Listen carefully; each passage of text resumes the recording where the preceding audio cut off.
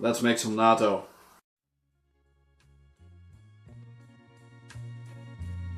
Now, as some of you know, I include natto or nattau as it's actually pronounced in my vegan diet. It's also known as sticky beans, for obvious reasons. Now, I could go in depth in why I include this in my diet and about all the health benefits, but I think it's better to do that in a separate video. But to give you a short overview of why it's important to include this, natto is by far the richest source of vitamin K2. While the deficiency of this vitamin is rare, it is something that is hard to obtain in optimal amounts on almost any diet. K2 has many properties ranging from proper calcium metabolism for heart and bones, better artery and heart health, pancreatic and kidney health. There's even some evidence that suggests that it can be used to treat parasitic diseases such as Lyme. Now, natto is quite expensive, and it can be quite a hassle to get your hands on it in the first place. But luckily, it's quite easy to make it, actually. And there are many methods that you can make it, but a method that I personally use, I haven't seen it showcased on YouTube before, which is I let it ferment in a rice cooker. Now, this video is still informative and handy for people that have never made natto or, you know, don't own a rice cooker in the first place, because the process is essentially the same anyway. The only difference is that I use a rice cooker and somebody else uses an oven or something. So there are two things that I want to add. First of all, some people might be worried about the taste, because if you have looked into this, most people don't like the taste. I don't have a problem with it, but others might have a problem with it. So you can add a tablespoon or a teaspoon through some rice and you won't even notice the taste. Now, I would say add it only after the rice has cooked, because if you add it during the cooking process, then you will destroy all the bacteria and all the health benefits are lost. So second of all, if you've never made natto before or any fermented product, know that the cleaner that you work, the more likely it is that your end product will turn out the way it should turn out. That means use clean tools. So, that's all there is to it. So, let's go over all the things that we need. First of all, soybeans. Well, that's obvious. These are of organic quality and they are non-GMO. They have to say that on the label. These cost like 60 cents more than ones that are genetically modified, so I wouldn't know why you wouldn't want to pay the extra 60 cents. Second of all, we need natto. That's right, to make natto you need natto. Now, I'm not gonna lie, it can be quite hard to find this. I ordered this online because I couldn't find it in any store. Now, sometimes if you're lucky, they sell it at some health store, maybe near you. Again, you need natto to make natto. You don't necessarily have to have natto to make it. There are some ways to make it without it, but this will make sure that your end product will be a lot better, and it just, you know, it is a good guarantee that you will actually end up with natto and not just fermented soybeans. So yeah, you know, it's not cheap either. You have to pay once for it, but after that, if you take a little bit of effort, you can get an unlimited supply of natto. So build up a glass bowl with a lid. And you have to make sure that this one fits in your rice cooker. Well, third up, you don't necessarily need to use this, but some sugar or molasses. Make sure that the bacteria culture has more chance to spread. So again, it guarantees for a better end product. So next up, you want to measure this. You want to measure how much dry soybeans you're going to use for your natto.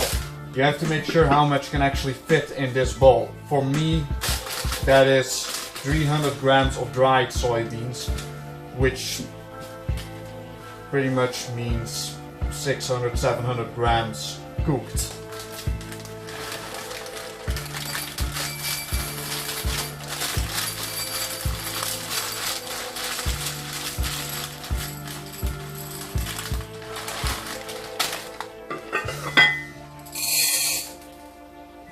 90 grams.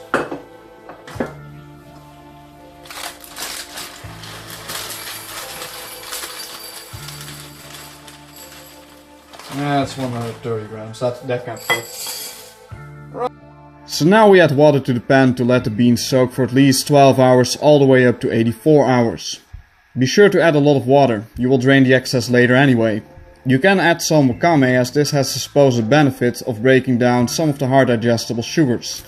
So now just let it sit, and again work clean. Use a lid on the soaking pan that fits.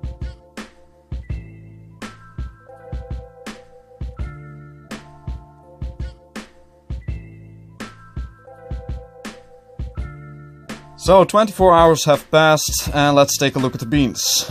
They are well soaked. Get all the wakame out of the pan if you added it.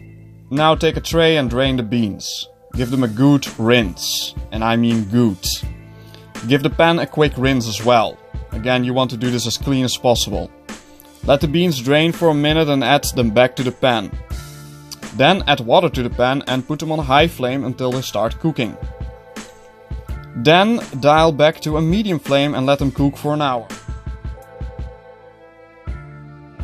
I would recommend you to stay in the kitchen for the coming hours. The beans might spill if you don't keep a close eye on them. Use this time to do something you like read a magazine, or get a workout done like me. You can also use this time to clean the rice cooker pan, and to measure the amount of water necessary for your glass bowl. This needs to be close to the top of the bowl when the lid is off.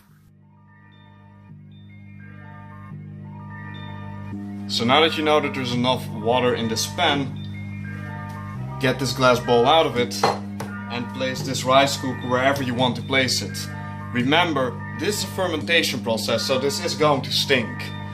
And the kitchen might not be the cleanest environment for this fermentation process. If you want to have a good end product, then choose a room where you're not going to be for a while, and where the environment, where the air is as clean as possible.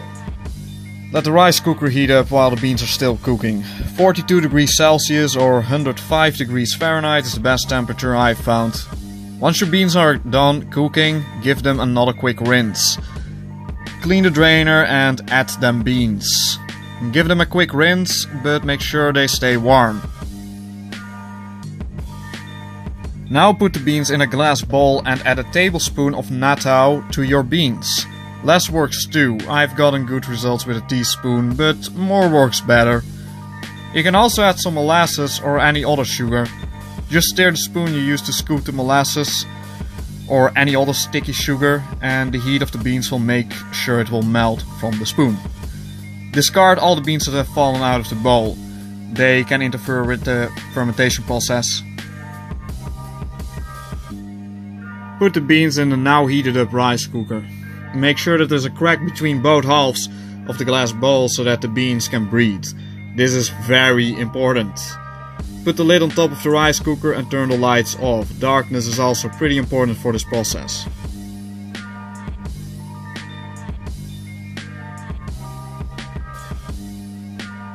Now that 24 hours have passed, you can grab the bowl from the rice cooker. You can let it cool off in a towel for 2 hours, shortly before you put it in the refrigerator. And make sure you turn the rice cooker off.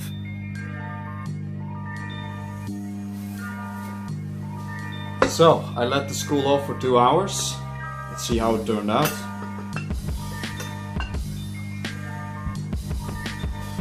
Well, it smells fermented.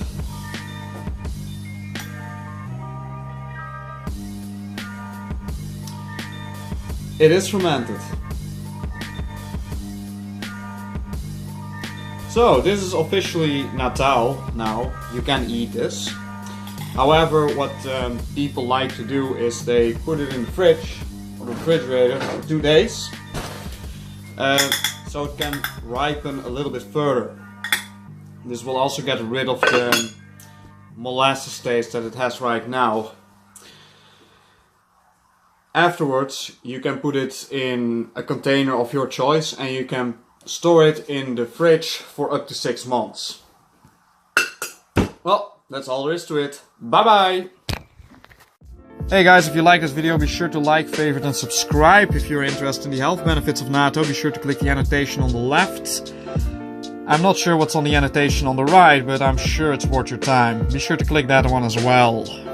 Thanks for watching.